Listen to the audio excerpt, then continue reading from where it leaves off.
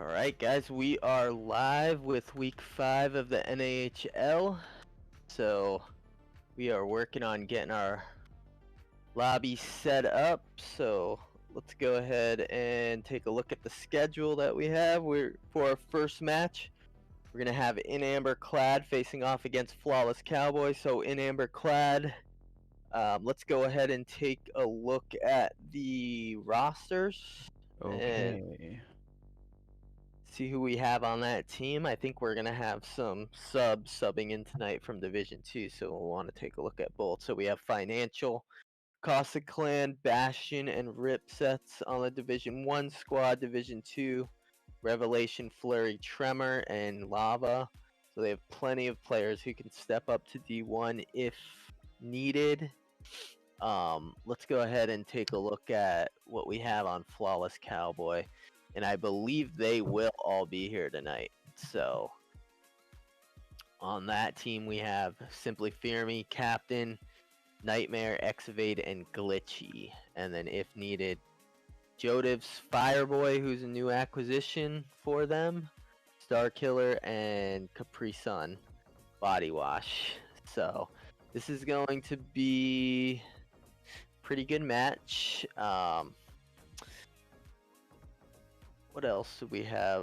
Yeah, so that's the rosters. All right, so let's go ahead and start up the 15-minute timer. We still need to work on getting the players in lobby. So let's go ahead and do that, and we'll focus on it, and we'll be right back.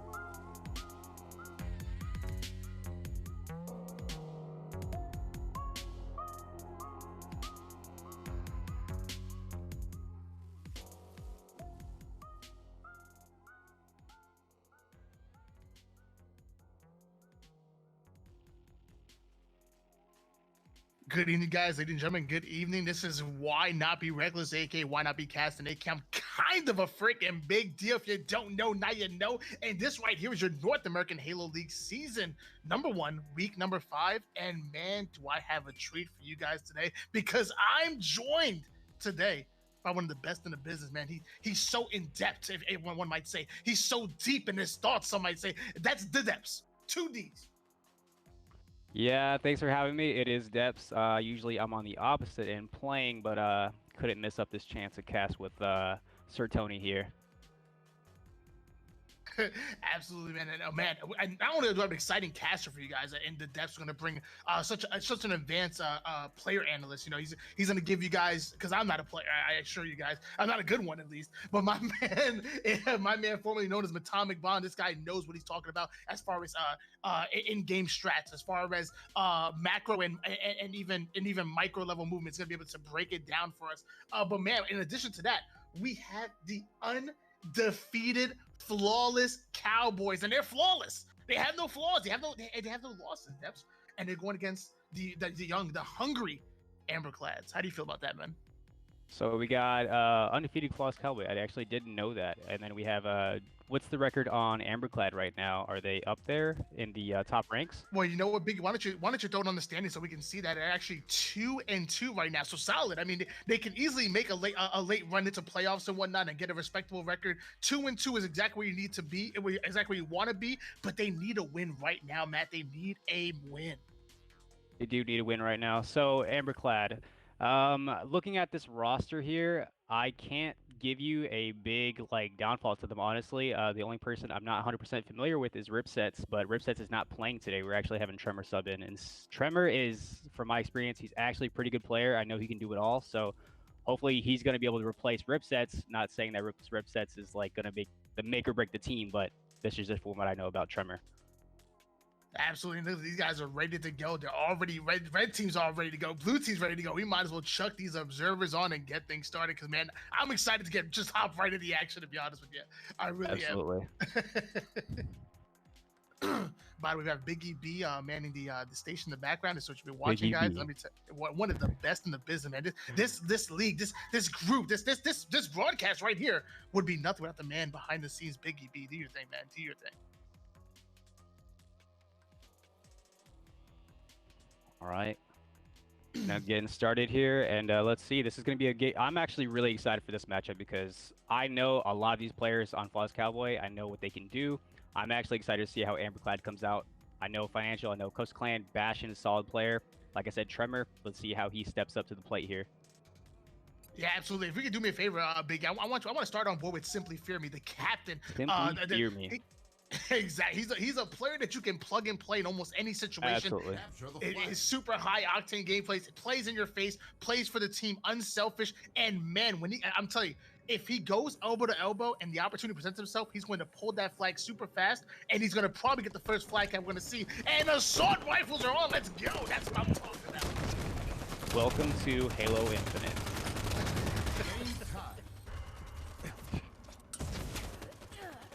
Why not be casting is one of the greatest casters of all time. You got that right, Watermelon. You got that right. And he's so humble too.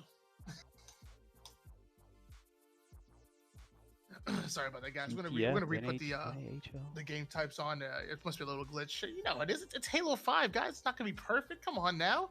Not gonna be perfect. I'm all for it. Is there any problem here?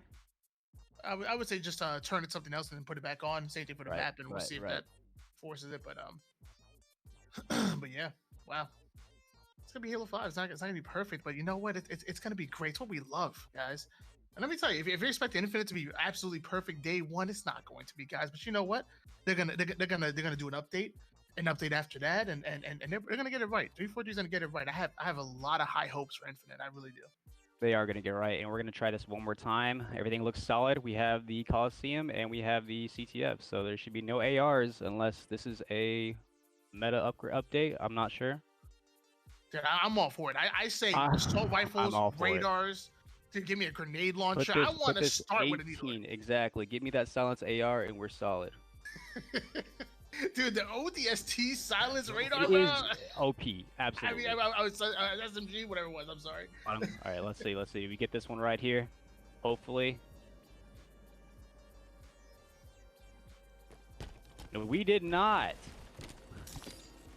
And the assault rifles are back on once again. The blue team is confused who to shoot and going at each other. To cast some AR Halo 5. That would be insane. That's what I'm telling you guys. The assault rifle wasn't the problem. The problem was the full radar. Come on, guys. It was not. Biggie B, I know they can't hear you, but I don't know if you want to step in. I don't know if you have the game types. Tony, if you want to pass them to me, I'll see what I can do. got you. Everything looks solid on my screen, but it could be just one of those little glitches here. So hopefully that doesn't take too long to set up. Yeah, I did. We had to, we were having some Ooh, okay, no? Black screen, anybody? Okay, we're good. All right, we're getting some big team battle here, boys. Hey, sometimes you got to back it up, all right? You got to back it up. He's absolutely right. Let's see what we do here.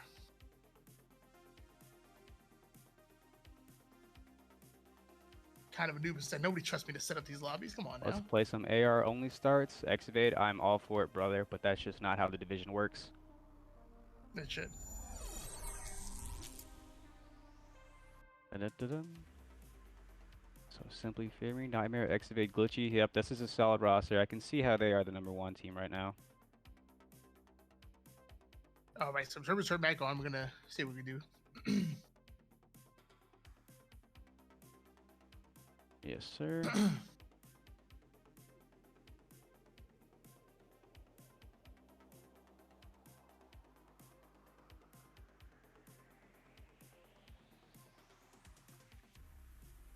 Third time's the charm, Tony. It always is. It absolutely always is. We're going to be starting off with CTF on Coliseum, and I promise you, if this AR is on here, we're just going to let it roll. We're going to go with it, yeah. This is going to make or break someone's... I honestly, I think Amberclad is going to have all the advantage here if we go back into ARs. I'm really rooting for it. My gosh, the chat's going wild right now. I'm loving it, man. The GV tie is out of control. I'm liking it. Keep doing what you do. We have Yu-Gi-Oh tools in the chat. We have Brooks is in there too. I see Brooks. It's Excavate. Excuse me. I apologize. And yeah, there's no timers. No timers on this one. And no timers. No timers. We are solid. We're gonna get on board with Simply Fearing here. And Simply Fearing already worked his way over towards the rocket side. I'm telling you guys, one of his strategies is on the opposite elbow as fast as possible. But now he has the rockets taken out. Bastion right there. Tremor killing himself. That's the way you want to start off if you're a fan of this red team squad. So the one thing about Simply Fearing, we have to be really aware about his flanks. He's on flags. Any flag, I've noticed he's always making the flank. He's always going to be running the flag. So you have to be able to stop him in your face as soon as you can, or things are going to go bad for you. Absolutely. I want to switch on board here with Nightmare as he gets naded out on Blue Maze, gets taken out by Trevor. Trevor making his way over towards the S2 side of things and flank this blue cave side and maybe just be a nuisance on the other team. They're already putting shots on Glitchy, but that's not the player you want to challenge right there, Trevor. You should know this. You should know this. So we're going to be on Ripsets there. Is this Ripsets? Ripsets is playing. Okay, so I was unsure about Ripsets. I wasn't sure how he was going to be playing. He's new to me. I don't know if you've seen him or not, Tony, but looks like right now he's doing what he has to get that flag going. Hey, I mean, that's an instant. Wow, that was a fast cap. That absolutely was a fast cap. We already have red team on the board, but Excavate is already trying to get the counter right there. Bastion doing a counter here? Bastion 5 and Nightmare on red cave trying to get towards the flag guy, but I don't know if he's fast enough. I don't know if he's gonna get there. Wow, what a play coming out of Bastion here. That was a great play. He didn't do anything he didn't have to there. He just got the flag and got out. That was great. And he's on a terror right now, Tony. He absolutely does. The second back smash gives the perfect 5 onto Simply Fearing for that double kill. Now gonna make his way blocking off the blue elbow side of it, and Bastion's out of control. Bastion is out of control, and even with all this carnage, all of this damage Bastion's putting down, blue team still manages to get a flag and tie it up 1-1. Now, I'm not sure what he has to do to stop this flag from going, but I think his team needs to step up right now. Yeah, absolutely. I'm actually on board right now with Glitchy as he makes his way over towards the red maze side of things. See, he's running into 2 players right. He smartly backs down to the DMR. He doesn't want none of that sauce right there. We're tied up at 1 apiece for 9 minutes and 50 seconds worth of gameplay. I'm loving it so far. It's only been a minute, Depth, and we're already tied up 1 apiece. So, Tony, do we know what happened to Sniper? I don't know anything. I don't know anything either. It's gone so fast. And remember, this is not your traditional HCS settings. This is going to be no timer. You have to memorize that time set for the power weapons, and you have to be ready. You have to set up. So there's nothing going to make the push for the side of the map to where you see the next power weapon. You just have to know that. Your team has to be on the same page as you the whole time. Absolutely. I'm actually on board here with Financial. Expecting some pressure to come from Red Elbow to challenge Excavate right there with the DMR, and not even that was enough firepower to take him out. But luckily, Bastion coming in for the huge cleanup. 9 minutes and 6 seconds worth of gameplay, and Bastion making his way over towards Catwalk. Let's see what he can do. So, Bastion's over here on cat side. So, traditionally, Coliseum, you want to be playing snipe side. You want to be holding down snipe side. Traditionally, people run the flags through snipe side. I have seen rocket side work, but my opinion, I think snipe side's a better side, and they're both trying to fight here to see who can take control of this side right now. Absolutely, I would say for the most part, especially in the olden days, most people have been taking control of that snipe side. It's a little bit of a safer run. But I will say, you know, you can definitely get sneaky with rocket side pulls, and it's a really fast route. So if you get it fresh down and your opponent's not expecting it, you can really catch that flag super fast. 3 down for the red team squad right here. We're going to see a pull on board. Oh, Nightmare has snipe on blue team as well. So if we can get to see, hopefully he can hold down the side for snipe. It looks like he's doing great right now. Simply Fury with that run. It looks like he has to worry about somebody blue fountain now. Pivotal fight here for Simply. Bastion just going to be able to shut him down. Absolutely, Bastion and Red Team getting that blue team 2 down right there. Excavate and Tremor getting into a little right there, but Tremor giving him the hot 5. I'm loving what I'm seeing right now. I'm loving it. Teammate coming out there, but it's okay. He's still going to keep this run alive. He's absolutely running it. I love it. I love how he's just putting himself on the line to get this flag to the other side. We can get a touch here from Rip Sets. Oh, there's Reed's already there. No, it's still alive. Touch here for Rip Sets. Nice. Absolutely. Okay. Getting that flagpole, almost getting it in right there, and that's one thing I'm going to say about Rip Sets. He has a lot of experience with financial. Him and they play a ton of matchmaking together. So even though he may not be the Division 1 starter, he's definitely a very good backup and they should have good chemistry. Oh yeah, I had no idea about Rip Sets coming into this, excuse me, but it looks like he's doing a lot. I'm actually impressed already from how he's just staying alive when he needs to be for his team in this flag run. Looks like it's gonna tie it up. Nightmare just scored the 2nd flag, and this is gonna. I knew this series was gonna be good, but it looks like it's gonna be a really great series. Absolutely, and speaking of chemistry-wise, we actually have seen Financial and Bastion team before in previous seasons of other leagues. So I like the chemistry coming out of this red team squad. And you're starting to see it because you're playing against a team like Flawless Cowboys. There's a reason why they're flawless. It's because they come at you with firepower. They come at you fast. And they're very hard to beat. But the chemistry from the red team is pretty darn impressive. We're tied up 2-2 with 6 minutes and 44 seconds worth of gameplay. Nightmare's controlling top snipe side with Fury. Things are about to get really exciting, Matt. Yeah, Nightmare's doing great now. He's making this push, and red team's been just stuck in their base right now, and this is not where they want to be. There's 3 dead for red team, I'm sorry, and this could be it. This could be right here. If they lock down rocket spawn, they're set. This might be it. This might be it indeed, because Nightmare's one of the fastest flag run of the game. That's a 3rd and final flag tap. 3-2 in favor of the blue team squad. My gosh, back and forward action starting from the red team. Well, opens up the first tap. But blue team, again, Flawless Cowboys, just showing why they're undefeated. You can't shake them. You can't shake them, Matt. You can't. That's a 3-2. Okay, they did win it. They are flawless, but it's 3-2. They're going to need to shut them down like the next map if they want to win this. We have, what are we going to now? What's the next map here? Oh, I believe it's Oddball Echelon. I'm not 100%. Regret Slayer. I was totally off there, but it's okay. Regret Slayer. Okay, this is going to be a great Slayer here. I'm looking at the maps here. I'm looking at the players here, and I don't know if the Amberclad is going to be able to. You know what? Actually, no. If they're going to win this map here, they have to do it because the Slayer. I think Bastion, Costa Clan, Financial. I think they can really like match kills with Simply Fury, Nightmare, and Excavate. You know what? I'm gonna agree with you, Matt. I'm gonna say the firepower coming out of Bastion and Tremors is one to be impressed with. And on top of that, I feel like Financial's a plug-and-play player, just kind of like Simply Fury. You can plug and play him in any given situation, and he's going to have some kind of success. He's a fantastic player. He plays for the team. He plays for his teammates, and normally plays for the win. So when you combine that with the firepower that Bastion and Tremor are going to bring, I think there's a chance they might be able to actually overwhelm this Flawless Cowboys in a map like Regret, where it's really you can't make mistakes. You just can't make mistakes. You will spawn, and you will spawn into nades and shots. Absolutely. All right, it looks like we're going to be starting with a... Who's this here? We got Glitchy going on board here. This overshield is going to be important. It looks like... is that a burn already? It looked like it was a quick burn for blue team. It absolutely might have been, but no, actually, I'm still on board with Glitchy as he's pushed these shots down. Ends up taking out Bastion right there. We have a 2-2 tie. 11 minutes and 44 seconds worth of gameplay. Both these teams playing super fast. Excavate gets the triple by taking out Financial. Gets all 3 kills for his team. That is great right now. Now on this map, Regret. So traditionally, you just want to be able to just go back and forth, kill them in the base, smash them as soon as they spawn, and just rotate to the other side. But I'm not sure if they're going to be able to get that many opportunities here. But these teams will both be evenly matched here when it slays. I don't know if that's going to be the case here, Tony.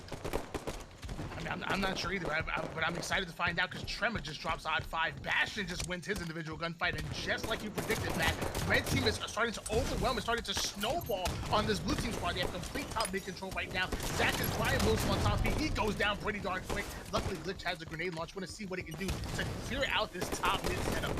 Right, so I don't like this play out of Financial. I'm not gonna lie, I don't like being bottom mid. I never want to drop if I don't have to, but he did have a teammate down there. His teammate's not there now, but if you're gonna drop, you need to be on the same page with your team.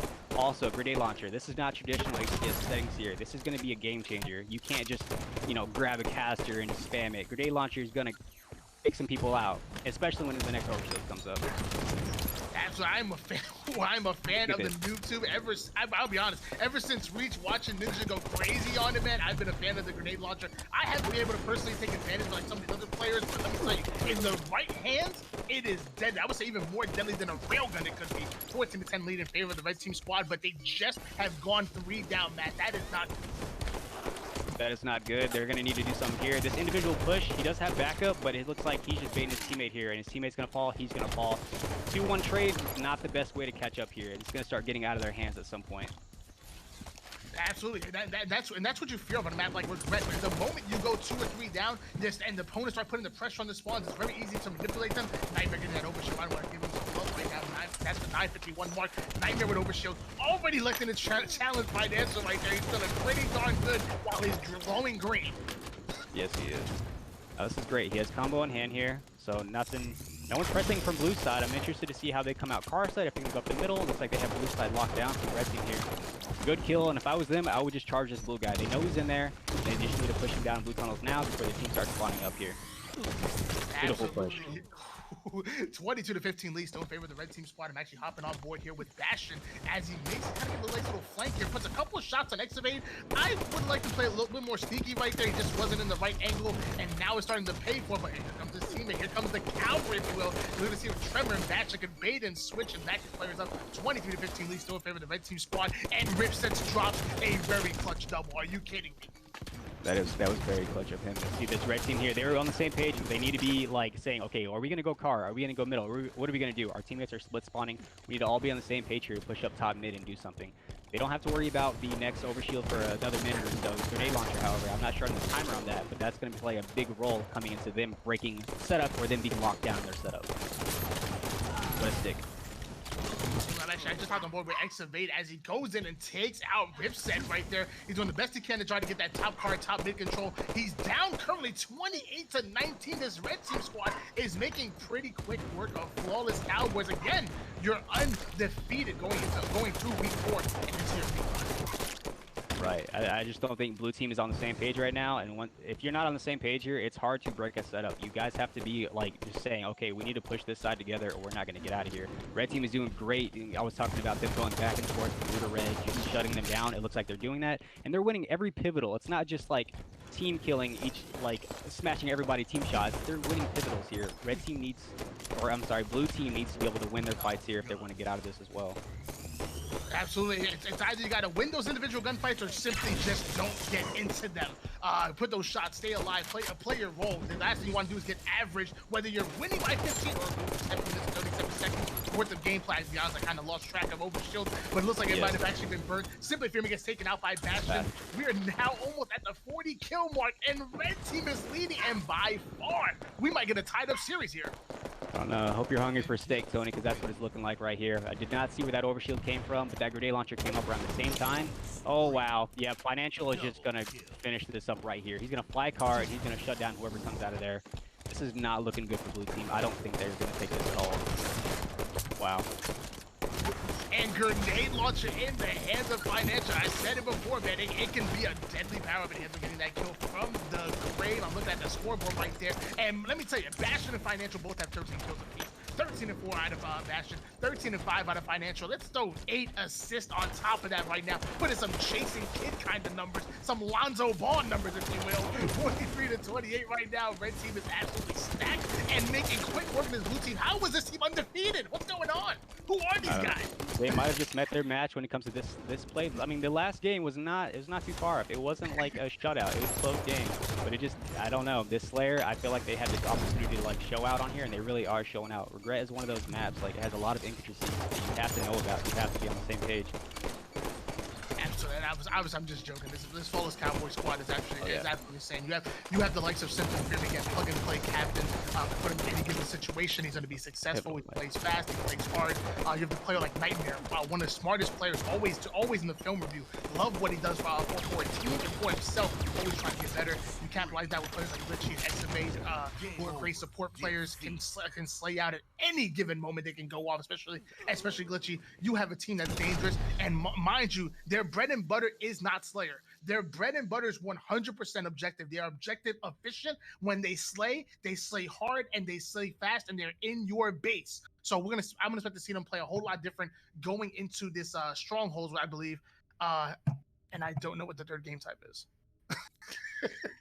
It could be that Echelon ball. I'm not 100% sure. I did see Echelon somewhere. Maybe this is okay. Yeah, there you go. I was right this time. I just want to know how come my grenade launcher does not work like theirs works. I cannot hit shots like that. I can't even get hit markers. Like Need it's your just shots, not my bro. gun. I guess so. It's not my gun. I'd rather have the caster in hand, just spam it 20 times. 17 instincts coming out of financial. Wow, okay, he was doing work for his team and the assists. So we have about this is almost 40. What is that? 9, 10. I can't do quick math. 22.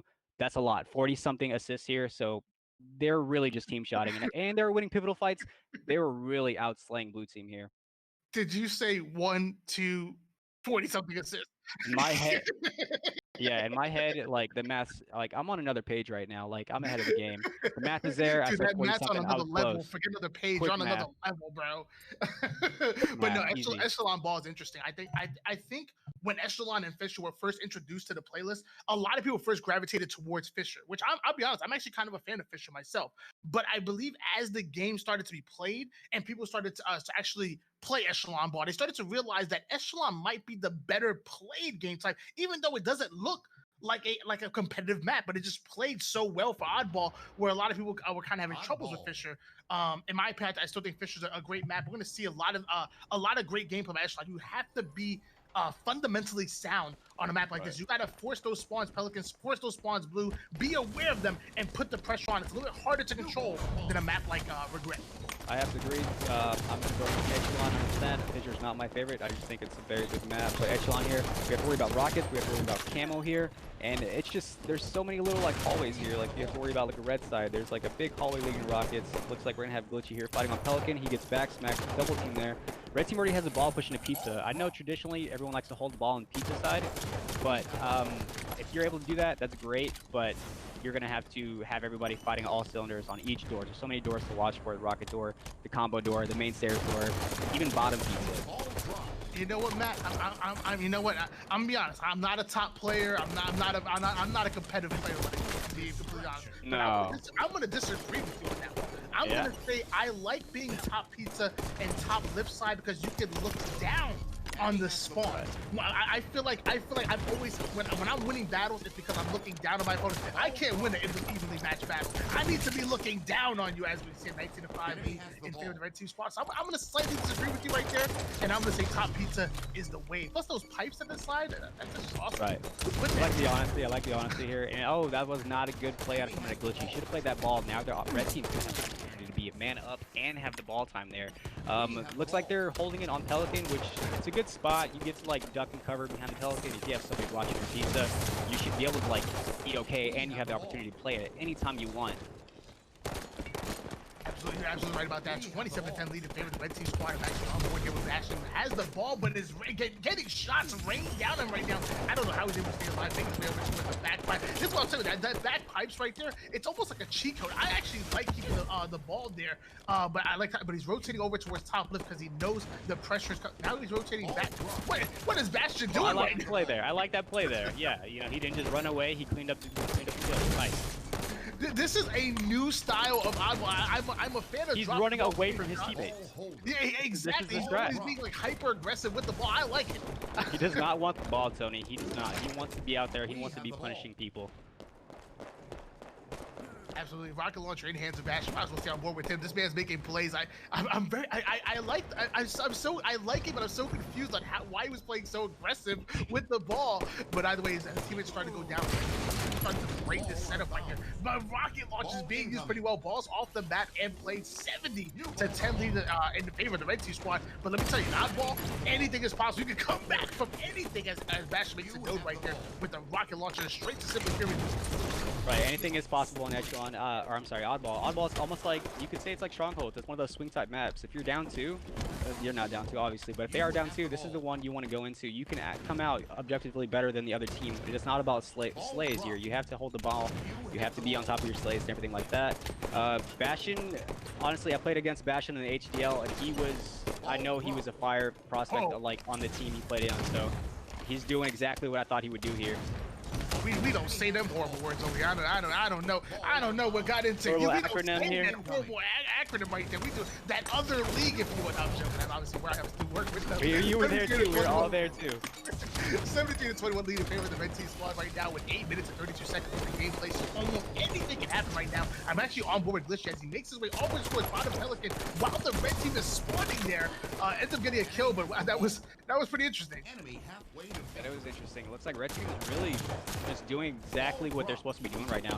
We knew it would be close. I knew it would be close. I knew it was going to potentially go to a game 5, but it looks like blue team is kind of getting blown out here. Excavate got the kill here. Nightmare got a kill. Looks like they're going to get some control. They have to do it right now. That's 3 dead for red team. They have the ball. They're going to hold the pizza side as your favorite side. You said, right, Tony?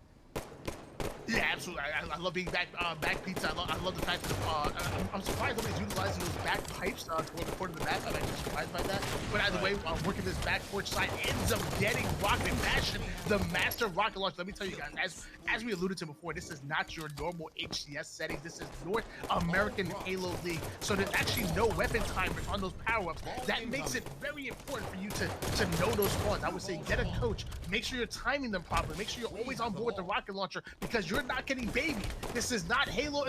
This is not your traditional Halo 5. You're not getting baby for this power. You need to play right and need to work those times. 7 minutes 21 seconds worth of gameplay, and blue team has just gone 2 down. 3 down.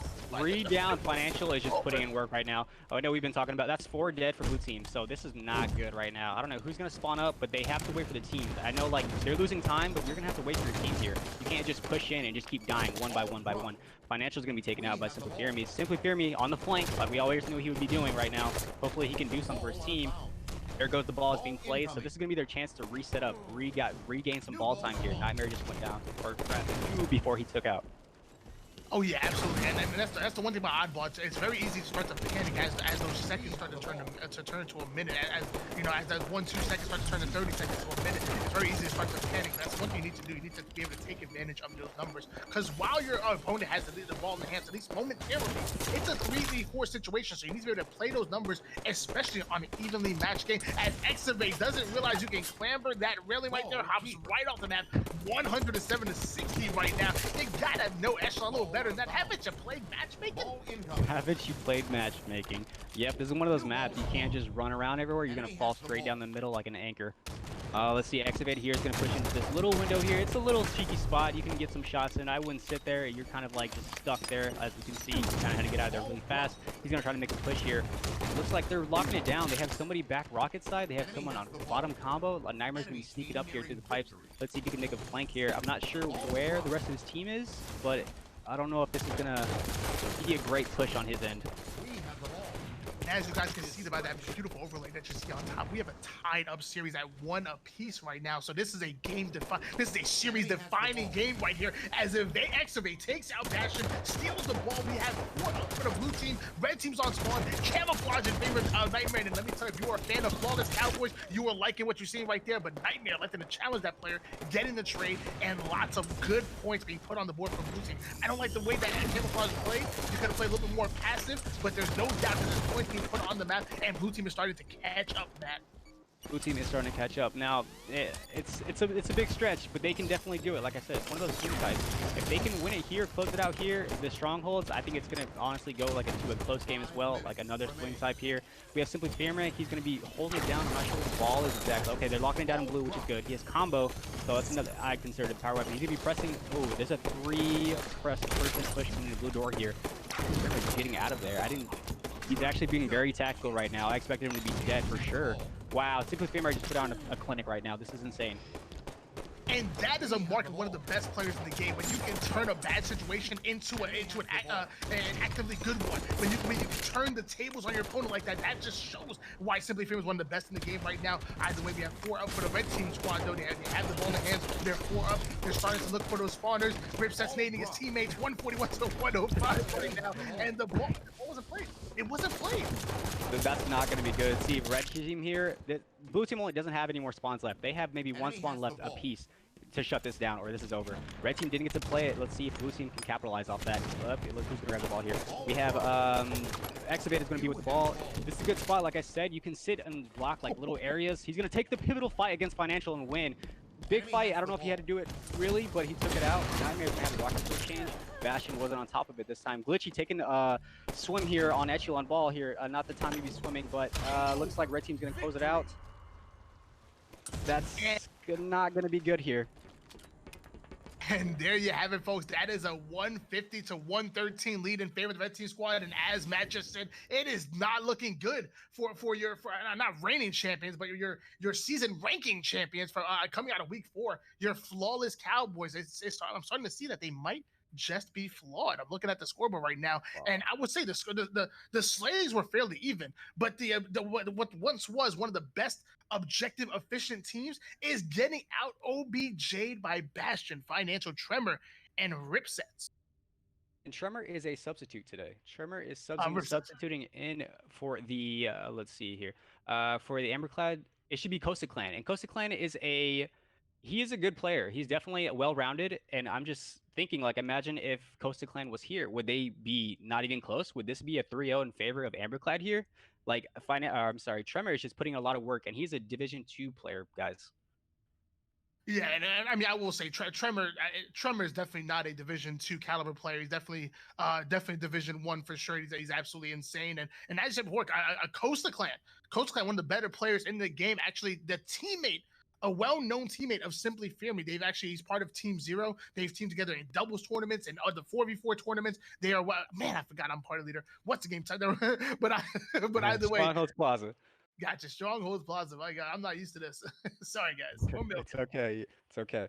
So yeah. So I had no idea about that whole duo situation, but now I can only imagine. Like, imagine if they were playing together right now. I don't think this would be close. I feel like red team would just be up 2-0 right now. I don't think it would be 2-1. But I am taking a little away from blue team. I know what they're capable of, and I think Echelon is not a favored map. Not everyone likes it. I know some people even go as far as quitting the build when they see Echelon. So Plaza is a more familiar map. Everybody's had like 4 or 5 years to play Plaza. I think this one will be a close one. I don't want to jinx it, but the teamwork has been great from blue team. Red team is just proving me wrong. Honestly, I'm gonna have to pick red team on this. Yeah, I mean, it's really tough. I mean, I'm still gonna go with the blue team is quite OBJ efficient, and I would say in some ways, not in all ways, but I think Oddball kind of plays more like a Slayer than other OBJs such as Strongholds and CTF. I think the good thing about Strongholds is it's all about how fast you play. If you can outspeed your opponent, you can outwin your opponent. I think Nightmare, Simply Fear Me, and Glitchy have the ability, along with Excavation Me, to really change the tempo. Where I think Financial and Bastion, where their bread and butter comes from, is making sure to always get first shot, making sure their shot is always on. And I don't want to say they're slower players, but I just think Simply Fear Me, Nightmare, Friends can really step it up a notch. Yeah, I believe that as well. I did think blue team would have the advantage here, but I don't know. Red team is just popping off, and it's hard. They are on momentum. They have momentum on their side right now. I feel like after that win right there, it was pretty dominant in the beginning. They did catch up in the end of it, but I think they're gonna just continue that momentum into this right now. We have Ripsets helping out his teammate, fighting posters. Who's this? Simply Tremor is gonna be taken down. We have another one who's there, and then there's Spawning Hotel. He has a shotgun and. Ooh, that was a big kill for Glitchy there. It's going to be 2-2, I believe. Or no, one up for blue team and then 2 for red. They're going to try to go for this bottom mid. That is a big capture right now. And my man Bastion is going absolutely insane right there. He got a clutch double kill, catches Nightmare off guard with the triple kill. And that's a little miscommunication right there. Nightmare should have known exactly where he was right there. 2-0 lead in favor of the red team squad. Good points being put on the board. Find you guys this is strongholds for every second that you have. At least 2 captures, you'll earn 1 point. If you manage to get that oh so sought after triple cap, you will earn 2 seconds per second. 2 points per second as red team decided to momentarily put on this. Looks like we're gonna be losing bottom mid right now. Blue team just took that. That's not gonna be good right now. It's Bastion up here taking top yellow control. He's gonna be fighting his posters, man. I don't know. Whenever I'm locked in yard, I like to push out through LR. That's usually what I do, but I've been seeing a lot of people make different pushes towards blue, towards like getting out top yellow. Personally, I don't think this is gonna go in favor of red team right now, trying to make that break from yellow, from yard. I'm sorry. It looks like Simple Dreamer is going to be the double kill bottom mid and the combo. They're going to be just putting the pressure on yard spawn now. Yeah, absolutely. I'm actually on board with Simply Fury right now as he works this LR side like he's a pro at it. 12-9 lead with the blue team squad. They jumped right back in the lead somehow after the red team kind of put a little bit of a routing on them off the beginning. You're going to see a excuse me, I apologize, an overshield coming up very soon at this 9-minute 50-second mark. Whoever wins this will be able to really take advantage of that and puts and change the course or the tempo of this game as red team goes down 3 down right there. And camouflage in hand, Nightmare. Yeah, that is not going to be good for red team and camouflage, fresh camouflage. So we're going to hop on board with camouflage here to see where he's trying to make a play. Nightmare is going to be pushing top yellow. Really, they're all trapped in blue on red side. And all he has to do is kind of just call out, say, hey, I see someone blue. I see someone going flower door. He needs to be that person that's giving them the information they need to shut them down.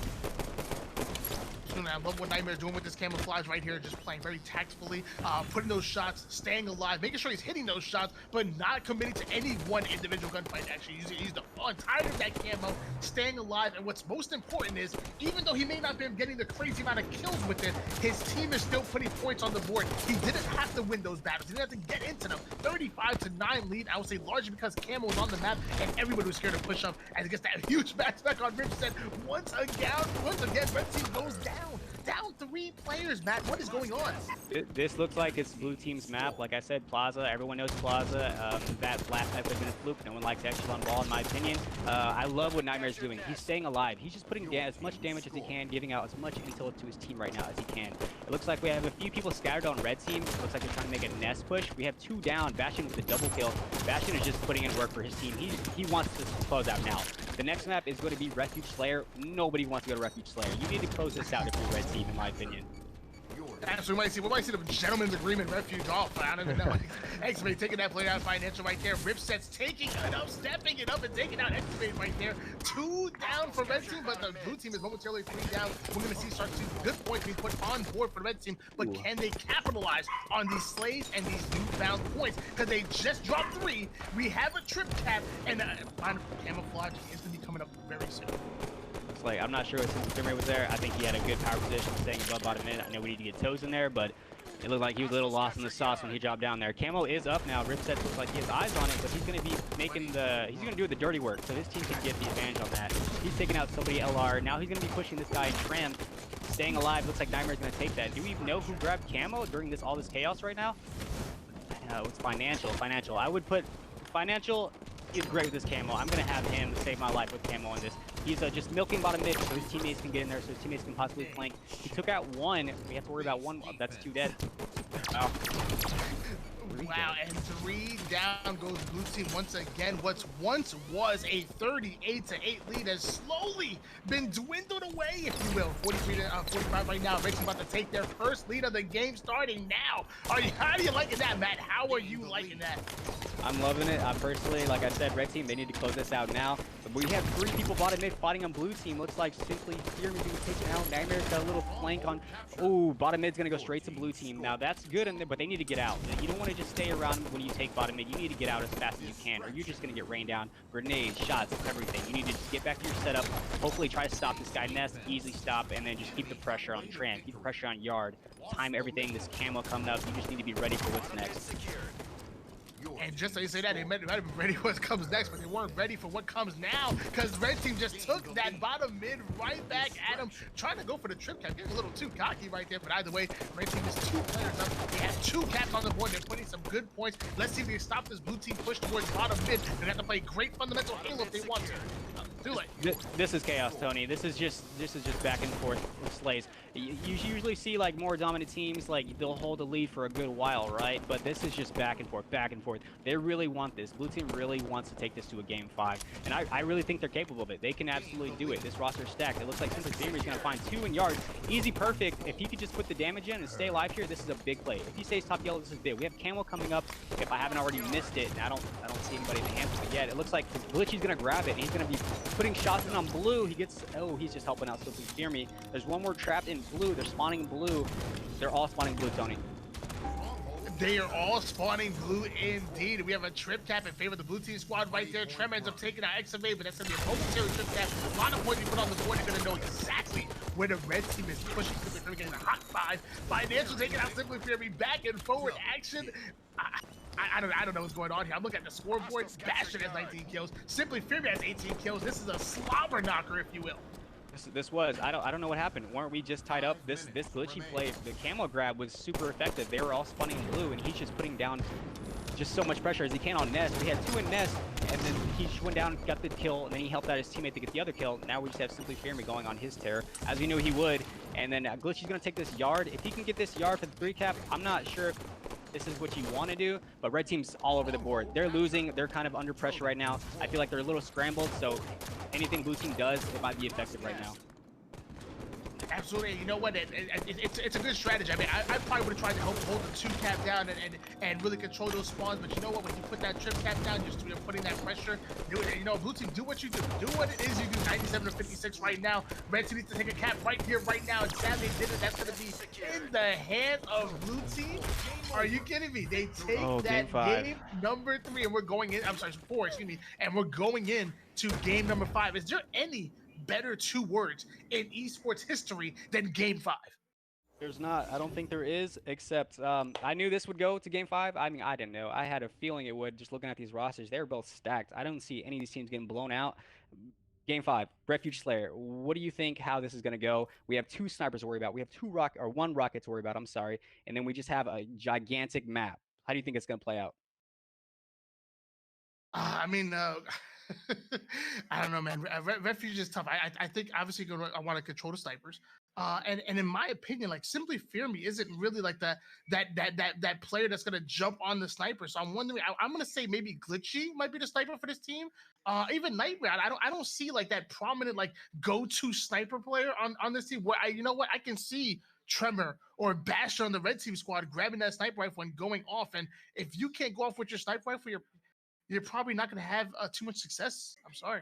You make a great point right there. I'm actually looking at blue team as well, and I can't say like, oh, this is their designated sniper 100%. I agree, Glitchy. I could see him grabbing it, Excavate. I'm not too familiar with him, but I'm gonna say Glitchy or Excavate might be it. I know, no doubt, if Simply Famery had the sniper in hand, he would put in some work. But I'm gonna be expecting Simply Famery to be pushing their snipe off spawn. He's gonna be making the flanks. He's gonna be running the flags behind them. He's gonna be the one in their base saying, hey, we need to get this guy out of our base before this gets out of control. That's gonna be Simply Famery. That's how he plays. Absolutely. And you know what? I'm gonna say a big. I'm gonna say let's hop on board here with. Let's hop on board with Glitchy. I think Glitchy will be one to grab that sniper rifle. I could be wrong. I could be wrong for this blue team squad. You might be totally wrong here. I don't know who's grabbing it on blue, but I think on red it could be an even toss-up between Tremor and Bastion too. So I don't know who's grabbing the sniper rifle, but we're gonna find out right here, right now in game number 5. And this is it, folks. No more mistakes. If you lose this game, you're done for this 1 week, I should say. And we'll see you next week. Right. So this is going to be a big game here. This is game 5. Like, we can ask for a better series start out, right? So we're going to be hopping on board with Glitchy here. It looks like he's not going to be going for that snipe. Oh, maybe he is. And snipe in hand on blue team is going to be Excavate. See, I'm not 100% sure about Excavate, but I guess he's going to be the one that they trust with the sniper. Glitchy going for rockets, going to be able to get a double kill her. Oh, easy double kill. So if I was them, I'd be rushing the base as fast as they can. They're going to clean up rep sets here and then just continue the pressure on their base. They have to worry about Bastion and their base with snipe. Bastion should be sitting maybe snipe. This is a really cheesy play. Not the play I would have done if I was Bastion. He just gave away a free snipe, and now the pressure is on. Absolutely. I'm gonna hop on board with the sniper rifle and Glitchy right now. He's making his way over towards the ring 2. Almost catches a face right there. Bastion going smart right up to ring 3, trying to get those angles. Simply Fury gets the double kill. Everybody on red team is going down. We have a 7-2 lead in favor of the blue team squad with 11 minutes and 10 seconds of gameplay. The game just started, man. What is happening? This is not going good for red team at all. The best bet I think, red team is going to have is by getting in base. They can be hidden by snipes, because if you're sitting in ring, that's your cover. If you're sitting outside of base, you're going to be sniped. They have to worry about 2 snipes. We have Exave with snipe, Nightmare with snipe. This is not looking good for red team at all. It's 10-3. Absolutely, 10-3 lead in favor of the blue team squad right now with 10 minutes and 43 seconds worth of gameplay. I'm on board with, oh my gosh, I'm on board with Nightmare with the sniper rifle. Wastes all that ammo, but still has that ring 2 control. Exave gets another kill, 13-4 right now. Did you guys question whether this blue team squad was a slaying team? Because if you did, eat your words. I'm not gonna lie, I'm a little sad here. I feel like this was gonna be the one. I think that Flawless is gonna be like, dethroned, so to speak. But I'm not counting red team out by any means yet. So I think red team just needs to get the next set of power weapons and kind of just play their lives a little better. It looks like they're all kind of just getting so much damage. Exave with a double snipe here. He didn't get the kills, but he's putting damage down. That's an easy cleanup for his team to pick up right here. Now we just have to worry about this ring 2 battle is going to be a big step for the red team to come back into the game. Absolutely, man, I was actually on board with Glitchy. He ends up getting taken down right there, and the man is 7-4 right now. Him by himself has almost half his team kills. He almost has as much of the red team kills as a total, as a unit. 15-10 lead in favor of the blue team squad. They have no signs of slowing down because Trevor has a rocket launcher. This is that push. See, this is what's happening. This little battle here that they're doing, they just brought it back. It is 15-11. We just had an almost like 7-8 kill difference. Now it's wrapped up to 4. So Glitchy's going to be making a little, I think it's a flank here. If you can just try to not be seen as much as you can. I'm not sure if the rockets are still in hand. I know Tremor has them. They might be out. Might have counted 2 rockets. And Glitchy with this flank here, this is going to be big. If he just keeps his top control and shoots down, they're going to be doing great here to hold it down. Oh, what a grenade coming out of Glitchy to keep Bastion. Bastion here. I'm not sure what Bastion's doing right now, but I expected a little more. I'm not going to lie. I know what he's capable of, but I'm just hoping he can kind of turn it around because he's out of control. Absolutely, and as my partner alluded to before, Matt, it was once a 13-4 game, and now been dwindled down to just 1 kill. 18-17 right now. Simply Fury goes down. We have a tied-up game with 8 minutes and 46 seconds worth of gameplay. Who we hopping on board with here, Matt? Where are these snipers at? We have financial sniper in red. I want to hop on board with financial. There it is. As soon as I say it, he gets the hit right there. And now he's going to be creeping in on Sean here. I don't think Sean knows he's about to get collapsed on by 3 teammates. Oh, nope, he did not know that. Financial's going to hold down this snipe side. I'm not sure about the blue sniper. I don't see anybody with it. I don't even think they know it's up. Nope, Exave, just grab it as I say that. Exave is going to be the one. He's going to be the one to stop Financial here from continuing his little snipe spree. And let me tell you guys, I don't know if you guys at home understand the resilience you have to have, the mental fortitude you have to go down 13-4. Oh my gosh, Bastion's going absolutely insane right now. 9-4, he just dropped a nasty triple. It might have actually been an overkill. I didn't have it on my stream. But either way, the mental fortitude that you need to go down 13-4 and to bring it back, it's absolutely insane. I love what this red team squad is doing right there. Once again, blue team goes down 3 players. They are absolutely choking this, and I'm not happy with the way that the blue team squad is playing right now. They are playing with flaws as opposed to the flawless Cowboys that we've known through 4 weeks. Is Bastion watching the stream? I think I might have just lit a fire under him because he was the last scoring person on his team, and now he is the top scoring person on his team.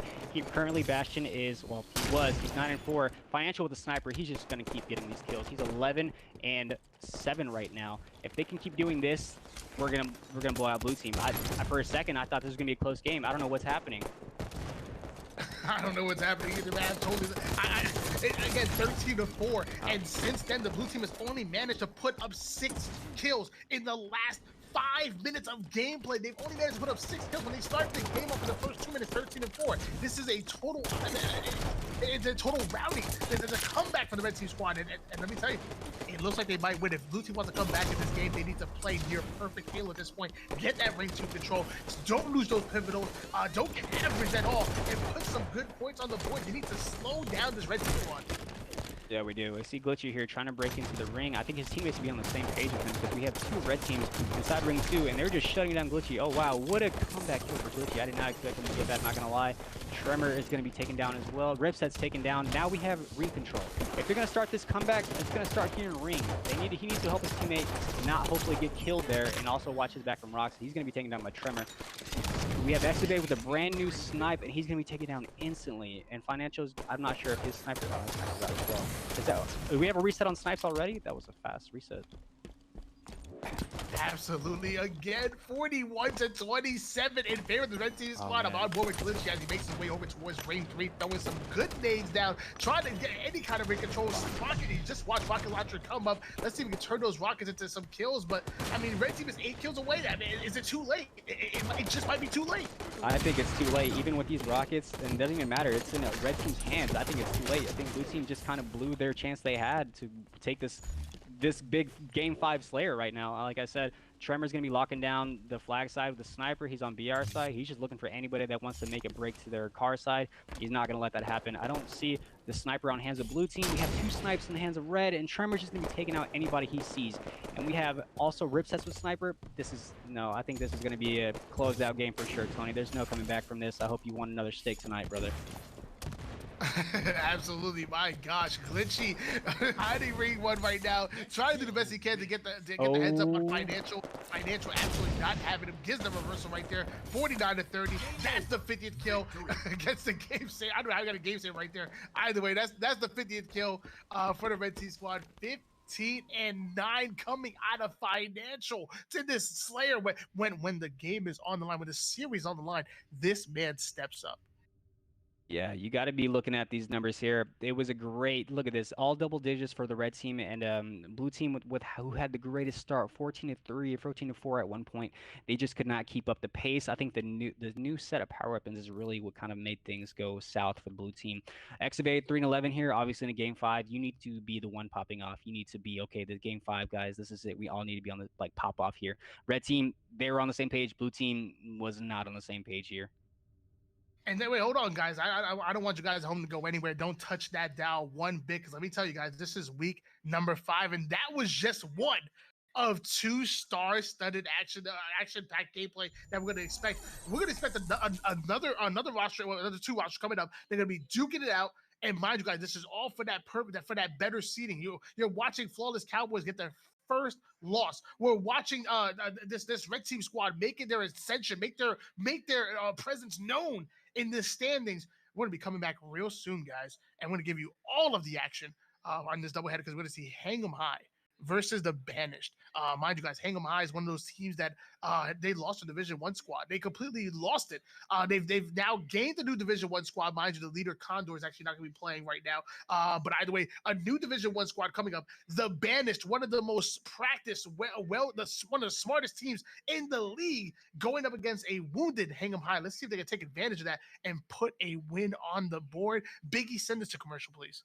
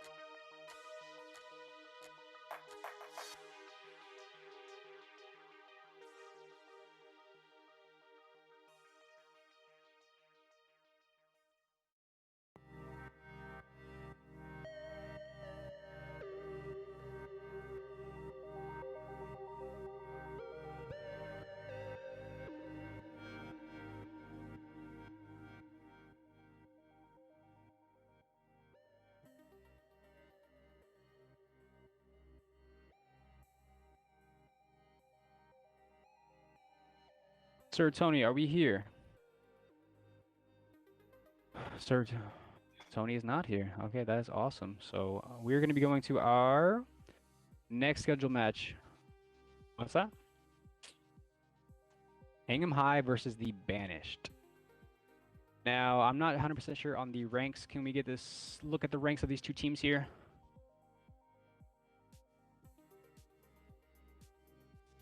All right, Hingham High is going to be in dead last underneath the flood.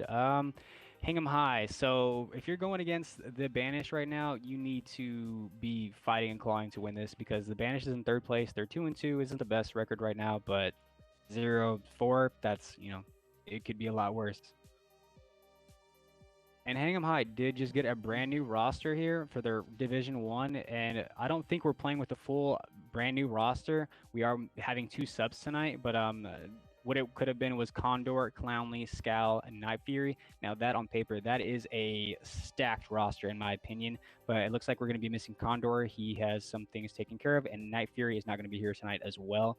So we're going to be having 2 Division 2 players sub in, and they're going to be going against the full Banished Division 1 roster, which is going to be Yu-Gi-Oh! Tools, Jolly Josh, Strally, NA, and Brooks. These are some familiar names. I think that Hingham High here, if they had the full roster, they'd be, I think, personally, a quick 3-0, but I don't think this is going to go. I personally think the Banish is going to go maybe 3-0, 3-1 in this. I just think they have all the firepower because we have 2 Division 2 players subbing in. Let's see here. And our map series for the Knights. So we're going to have a little different map series. Game types. I'm not 100% sure. That's what I was trying to find out myself, Tony. I don't see them yet. But, okay, here they are. We have Eden Oddball to start off, followed by Truth Slayer and a Rig Stronghold. That'd be the first 3. And then we're going to go into Refuge and Plaza if it gets, which it probably will, any further than that.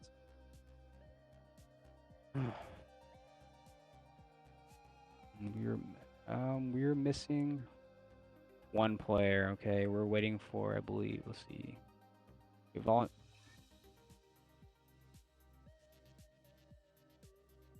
Okay, we're going to go into Forge mode, make sure everybody's on the same team. I see Volunteer is in here as well. It looks like the Banish is having a sub as well. I'm not sure who they're replacing. Yu-Gi-Oh! Tools is here, Jolly Josh, Volunteer, and Brooks. So Volunteer is going to be in sub for Strally NA. I know Volunteer. I know he's going to be able to pick up the pace here, pick up the slack he needs to be. So I don't think it'll be too harsh for the Banish right now.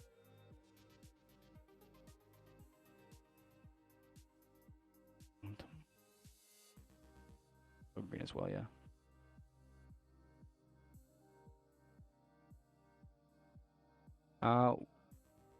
Well, we get everything set up here, get everybody in here, bright colors and all these things. We're going to take a 5-minute hiatus here, and we'll be right back, guys.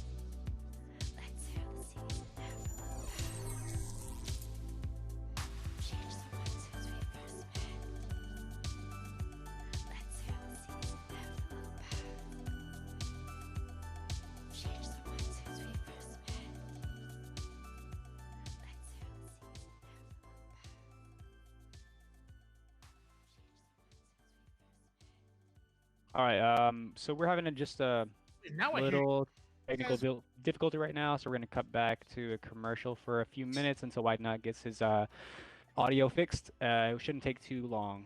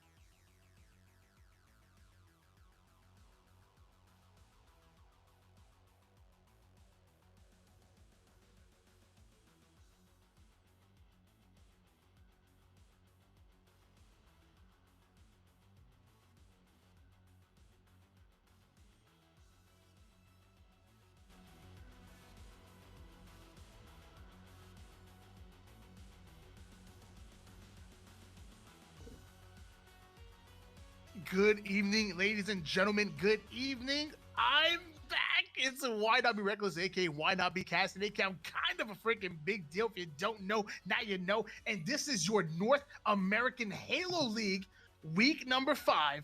We're watching the Banished take on Hang 'em High. And I'm joined with you by one of the best in the business, player, caster, foot model, lawyer, and that's the Depths. Yep, I can do it all. I'm a jack of all trades. Jadebs, aka Atomic Bomb. We are going to be playing Hang 'em High versus the Banished. That's a sick name, the Banished. And his name's Yu-Gi-Oh! Tools. Perfect. Just in the past, we already went over it. Hang 'em High is in dead last right now. Banished is in, I believe, 4th place. We're going to have Hang 'em High. We already went over the top 4 players here. They're not all active. We have Clownly and Scowl going to be followed by 2 of the reserves, and they're going against almost a full banished roster, minus Strally. He's going to be subbed in by Volunteer, which is a pretty good name in my opinion. It absolutely is, man. And let me tell you, both of these squads are looking pretty decent. Obviously, you have the Bandits right now, whose record right now is 2-2. They're trying to prove themselves right here, right now, and get that third win, get above 500. You have Hang 'em High, who actually has yet to get their first win, but this is a whole new roster, guys. The Division One roster was literally broken down. And now we have Clowney, which actually going to be the only player on the Division One roster, and 3 Division Two subs. We're going to see if these guys can step up. We're starting on board here with Clowney as he makes his way over towards the overshield and dip. We're going to see if they can win this initial battle. It was a great grab coming out of Yu-Gi-Oh! Tools here. Yu-Gi-Oh! Tools is a very smart player. I imagine the whole team is going to be very tactical. Clowney getting the cleanup on Brooks here. Clowney's an OG. I've known Clowney a long time, so when I saw his name pop up, I knew this team was going to be pretty fire on their retake here. Volunteer's going to be taking him out here. Mango's going to be just having some top control. The name of his game is Oddball, guys, and we have to worry about overshield and snipe here. Mango going to put shots on Josh with the sniper. He's going to try to retreat. You need to stay alive if you're going to have that snipe here. Hopefully retreat to red base and hold the ball control there.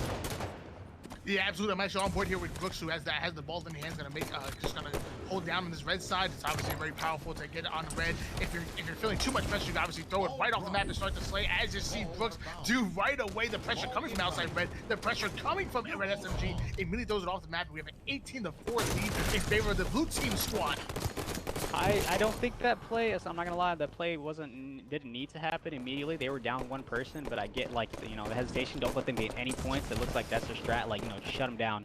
So he played it pretty prematurely in my opinion, and looks like they're gonna have to reset this whole ball, pretty much like start from the beginning, fight all over minus the overshield, and now they have to worry about also the snipe is gone as well. Volunteer's gonna be pushing to, I guess, hold down this middle cat position, and there's gonna be 2 red teams pushing outside. That would have been a good cleanup for him. I think he needed that cleanup. Now they're just going to keep putting the pressure on blue team.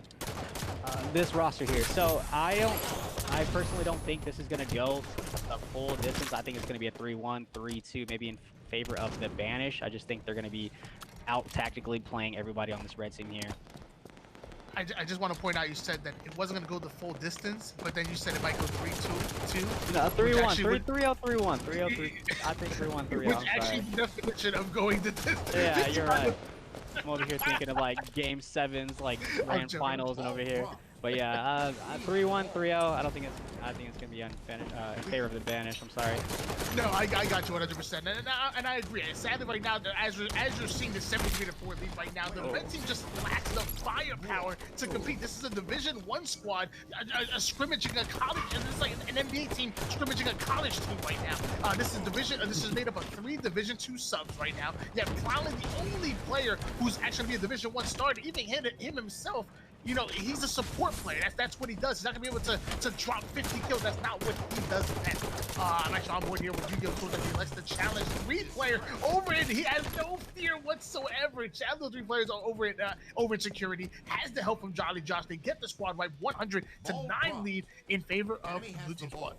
I just want to say right now we have less than about 11. We have 11 kills from red team, and combined Jolly Josh and Yu-Gi-Oh! Tools have 14 kills. Like that's already just says something right now. The controller's there. It's already 124 points right now. Tony, I don't know. I didn't expect it to be this bad. I think it's just gonna get worse, and the next map is gonna be an even worse scoreline. Yeah, I'm gonna agree, but you know what? I mean, Oddball is one of those snowballing game types. It's a map where things aren't going your way, they're gonna snowball to hell. They're gonna when it rains, it pours, if you will. 125-9 lead in favor of the blue team squad. We see what this Hang 'em High squad can do in a game number 2 Slayer. Maybe they're more of a Slayer team, whereas Oddball's a little bit too hard to control. But Johnny Josh sniper in hand, dropping the disgusting double kill, taking out Sanjaro and Mango, and that just might be all she wrote, Matt. That just might be all she wrote. So yeah, it looks like it's going to be closed out very quickly. I think we've only gotten 1 overshield in play here. All right, we had 2. Clowney's going to be trying to do everything he can to push here, but there's always going to be somebody red hand here trying to block it there. Oh, that's a good kill. If they wanted to stop it right here, they have to. 5 seconds left. They have to really just play perfect at this point. Clowney with the sniper, he's got 1 bullet. It's not going to really do too much. I think he's going to, just 1 kill out of it. That's great, but I think they already have the ball, like it did nothing. Maybe you should have been watching the ball with the sniper. It's not going to do too much when you have to make a 135 point comeback. You know what I mean? Absolutely, but just like you say that, overshield in hands of Hiroki right now. He's chosen one. He actually has the overshield, has the ball in hands. They're gonna try to make the impossible happen. Not before he catches that blue spider right there. Gets taken out with the stinky grenade, even though he had overshield. And now Brooks is putting the pressure on Sanzero, who's stuck in that red SMG side of the map. That's going to be all she wrote, Tony. I'm going to let you lead going into this next map and go over what we have to worry about, all right? Yeah, absolutely. And again, 150 to 18. That was a quick win by this blue team squad right here. That was absolutely impressive coming out of the banish. Only took 5 minutes to throw 150 points on the board. That is absolutely insane objective efficiency. That's incredible. I'm not sure exactly what we're going to go into game number 2, but I'm pretty sure it's going to be Slayer. So I'm working it right now.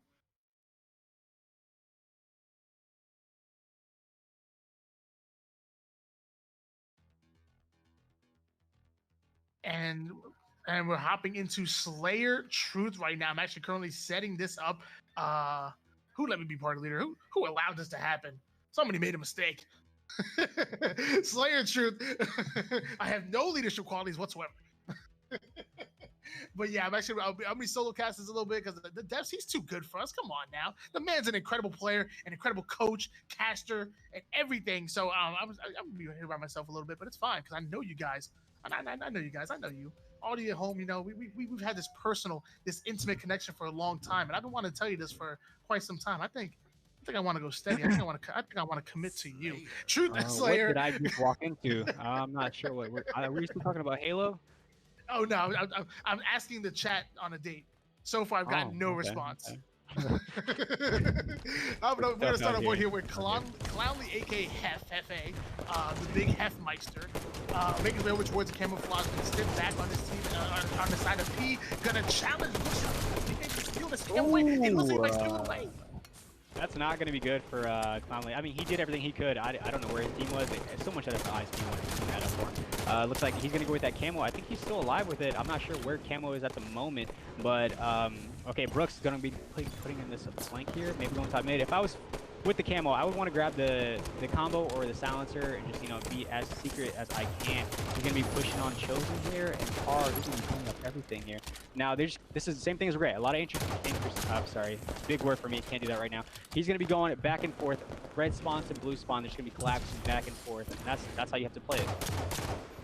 Yeah, absolutely. I'd love to see what he's doing with camouflage right there. Ends up getting the full life of that camouflage. Leading the game with the blue team squad. But yeah, as soon as you get that camouflage, you need to go straight to top mid to get to the most important point of the map and then collapse on these spawns. As Yu-Gi-Oh! Tools drops the double, now challenging Chosen One for the triple. And his team is gonna quickly go in there, clean them up 11-3 lead in favor of this blue team squad. And man, are they not slowing down despite it being Slayer. They're not slowing down one bit, man. They're not slowing down. I think they're playing this great, but keep in mind, 13-4. We saw 13-4 on Refuge Slayer last series, and then that team ended up coming back and winning the game. I don't think that's going to happen here. I do not think at all like this is the same situation. I just don't think Red Team has the same chemistry as that team did.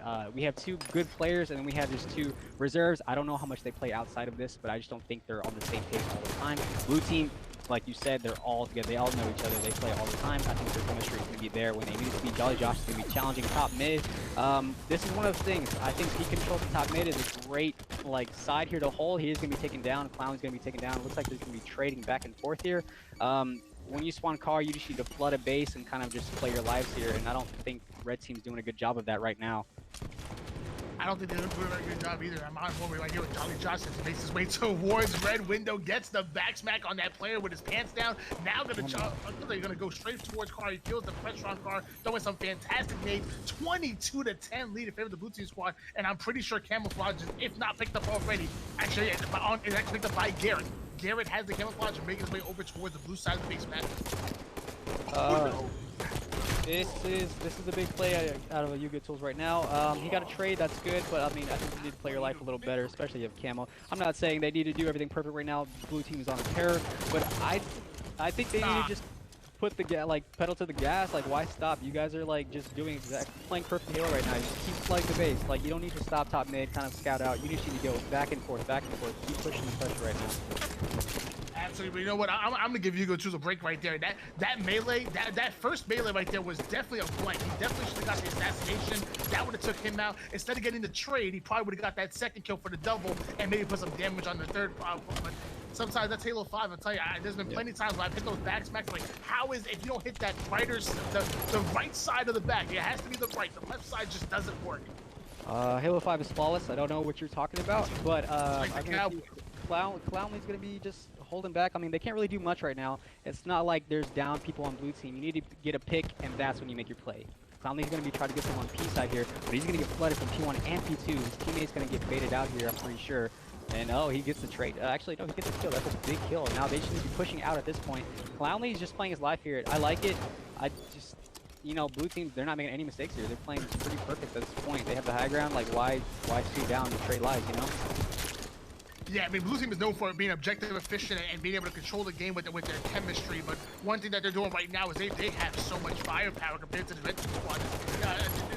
This Hang 'em High squad has no chance going up against the Banished. I'm looking at the scoreboard right now, and my man Brooks is 11-2 and has 8 assists. What is going on here? 11-2 with 8 assists, looking like LeBron James. I actually love this. I love everything I saw, like the whole just like situation I saw of them trading out P2, fighting over his ready life. It was perfect. Like everything they're doing is perfect. You're trading out with each other, communicating. That means they're talking. Red team, I don't know if there's a lot of talking. I'm sure it is, but it could just be hostile call-outs. You know, you don't want to just flood everything in the comps. You want to be just saying, okay, like I got this. Let's go here. Let's do this. Let's push around. Not just calling out everything you see.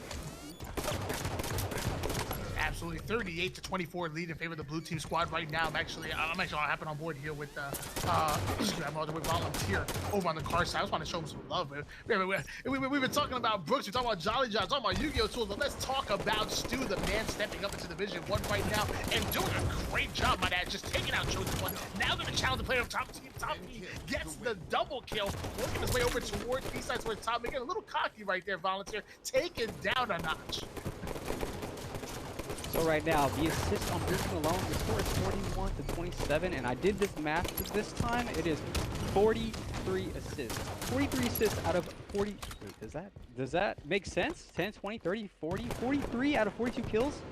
Yeah, that's not right. Two people can't get an assist off of one player in Halo 5. That is insane. They are all playing on the same page right now. They have more assists than they have kills. That just goes to show you how good the team is right now.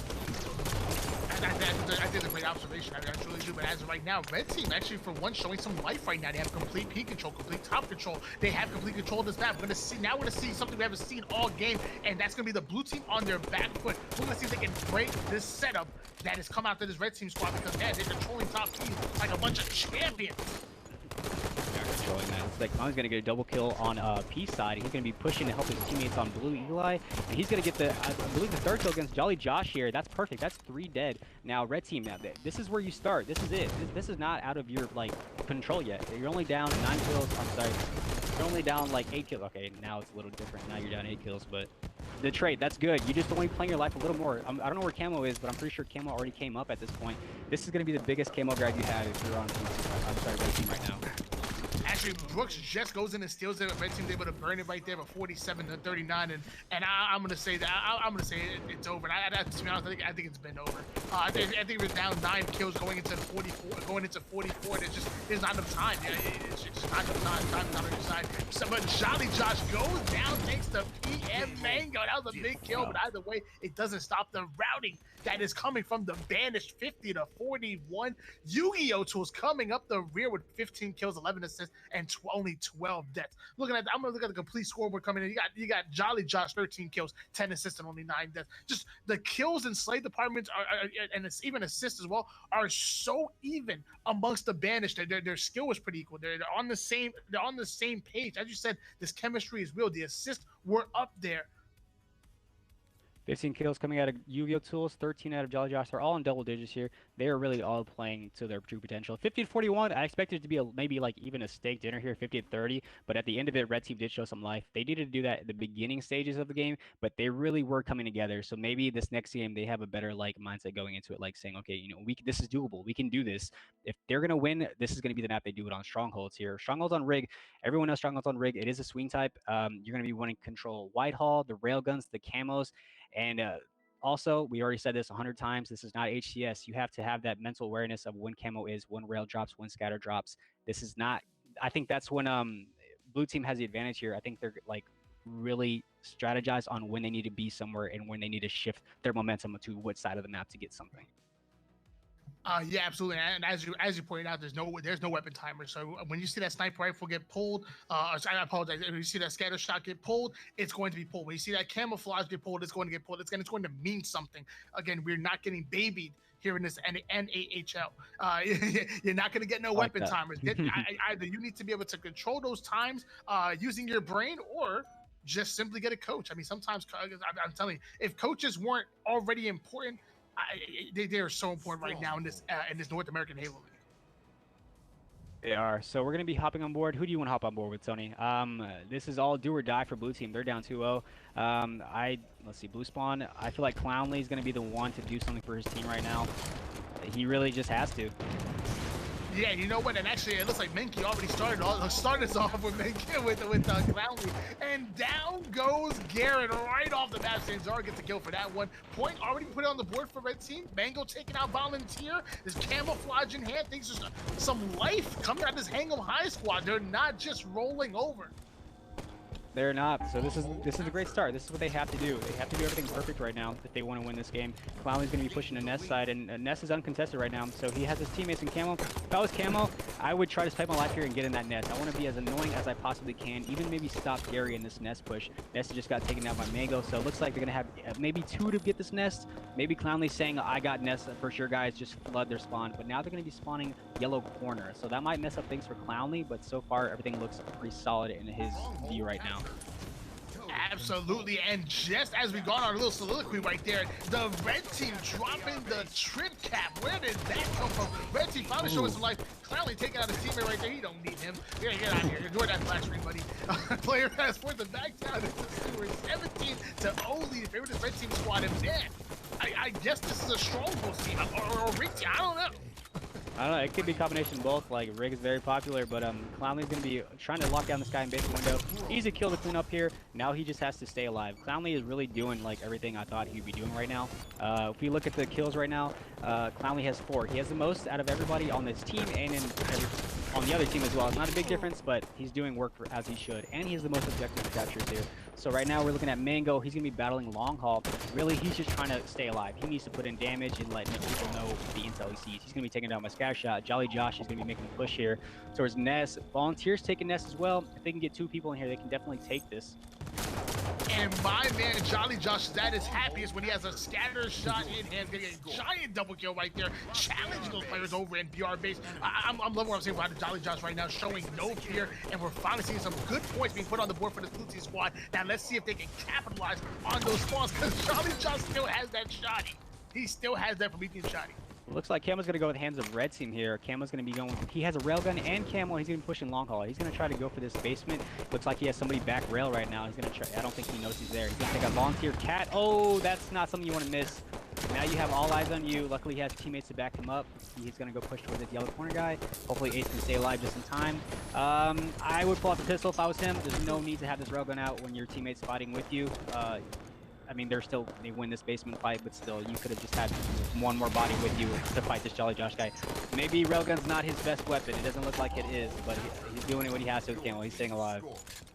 He is staying alive, and he get 35-17 coming out of this Hang'em High squad. They're trying to put that first point on the series board. We're going to see if they can do it. I'm actually hopping off board here with back on San Zero. I currently have camouflage and railgun. Still trying to do work with it.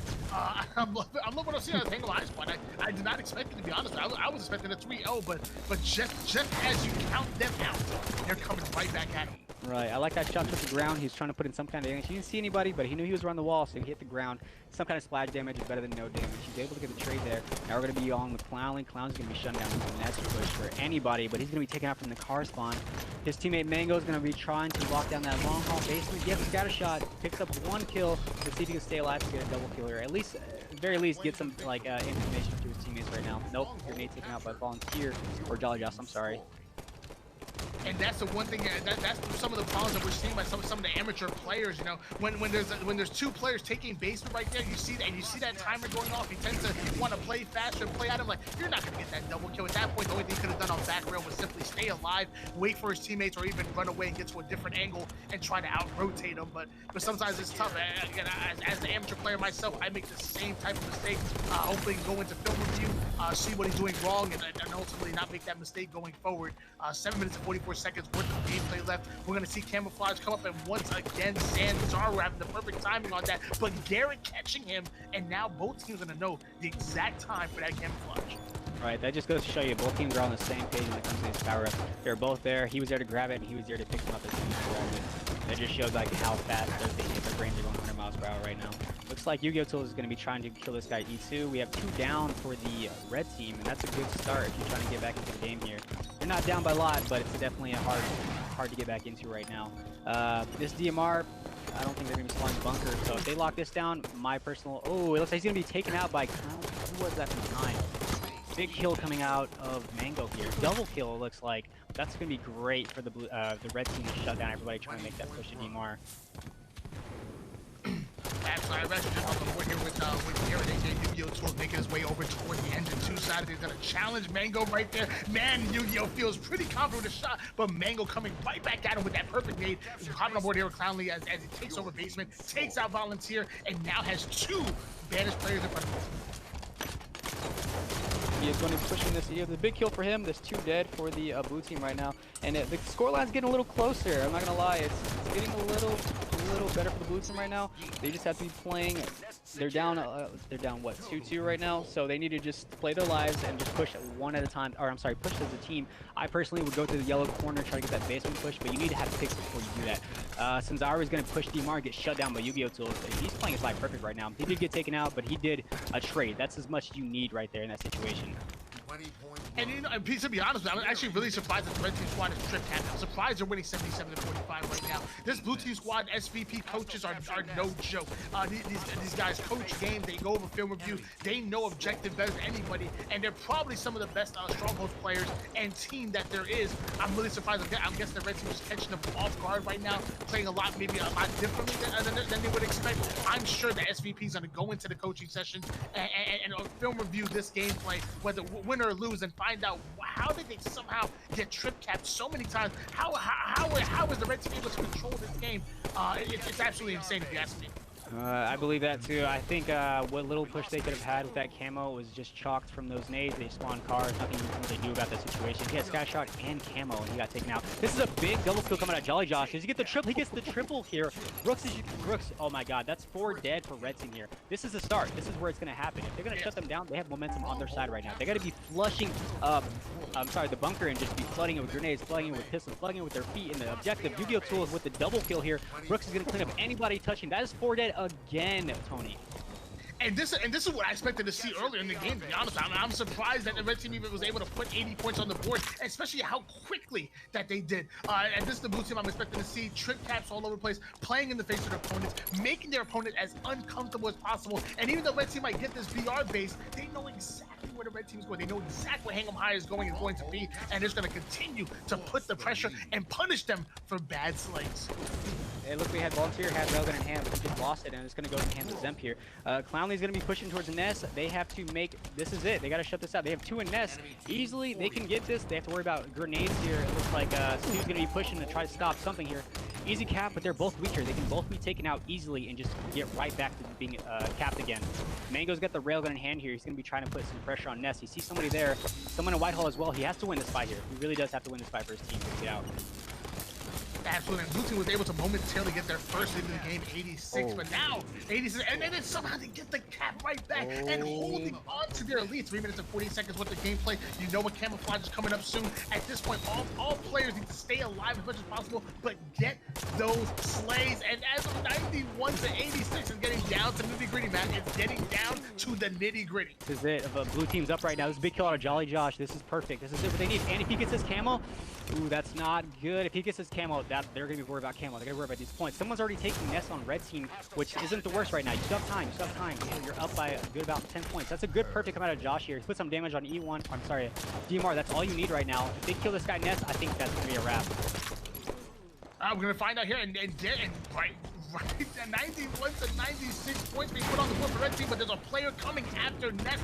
Matt, what is going on here?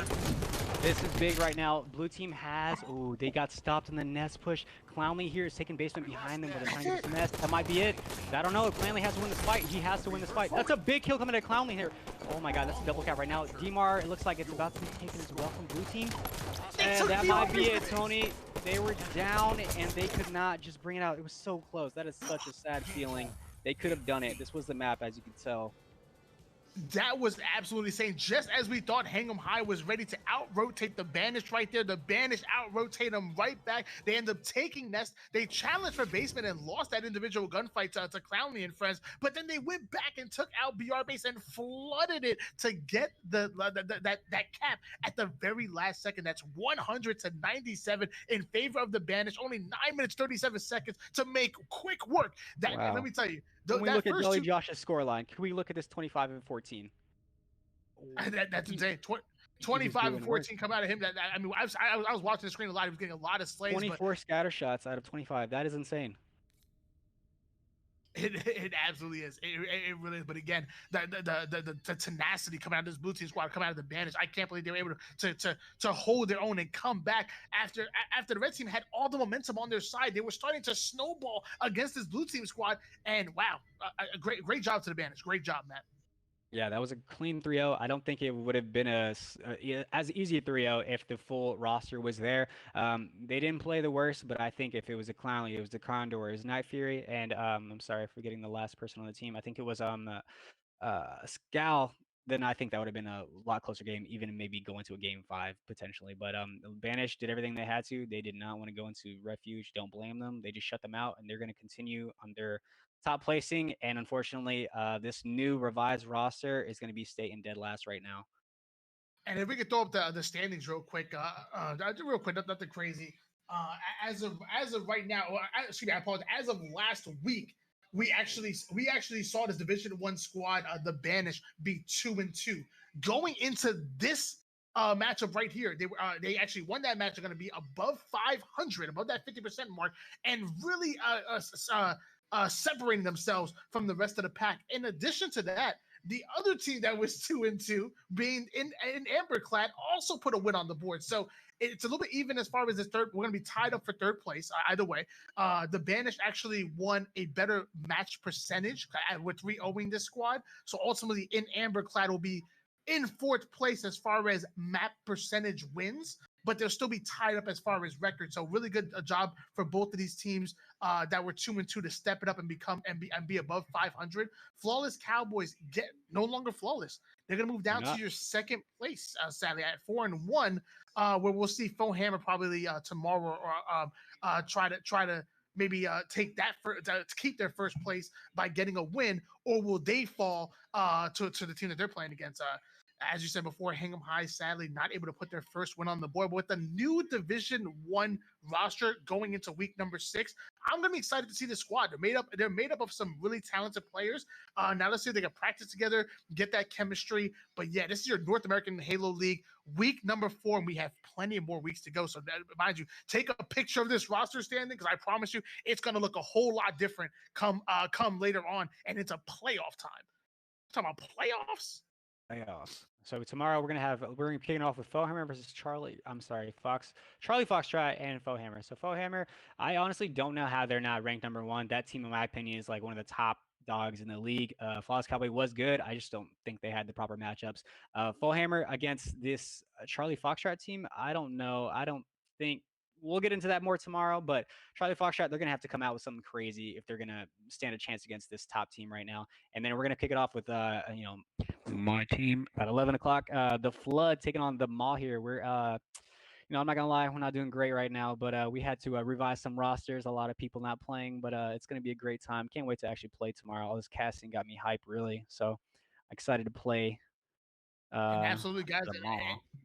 Absolutely, and good luck to you guys tomorrow. And in case you guys didn't know, my name's Why Not Be Reckless, aka Why Not Be Cast, and it came kind of a freaking big deal. That was my co-host for this week, which was the Depths, aka Atomic Bomb, dropping the atomic bombs on us. Obviously, good luck to you tomorrow. Excuse me, at 11 p.m. going to go to the mall. And actually, I believe it was 2 players we just saw get that 3-0 win. Yu-Gi-Oh! Tools and Brooks are going to be joining on the casters. That's tomorrow, so make sure you guys catch that out. They're fresh off a 3-0 win. Now they're going to go in and cast anything that they can't do. But yeah, obviously this was North American Halo League, week number 5. Big shout out to them. Do me a favor. I want you guys to smash that follow button. And if you have a little bit of money on you, a little bit of pocket change, go hit that subscribe button. I promise you, all proceeds go right in my pocket. Now, no, but make sure you hit that subscribe button. I want to give big shout out to my man behind the scenes, Biggie B. None of this would be possible if it wasn't for my man behind the scenes. Let me tell you, I may be the voice, but I'm riding the coattails of the Bat production, being that Biggie B, being that Mark Owens. And again, thank you so much, the Des, for joining me. And I will see you tomorrow and next week and the week after that, and maybe the week after that. Yeah, sounds great, Gary. Thanks for having me. It was a great time. I love the energy. Biggie B actually doing everything for us. We're just here talking. He's actually the man behind the scenes doing everything, making it possible. That's great. That's going to be it from me. I don't know what I'm going to cast next, but it was great. Next time, I guess, Tony, whenever we'll meet again. Absolutely.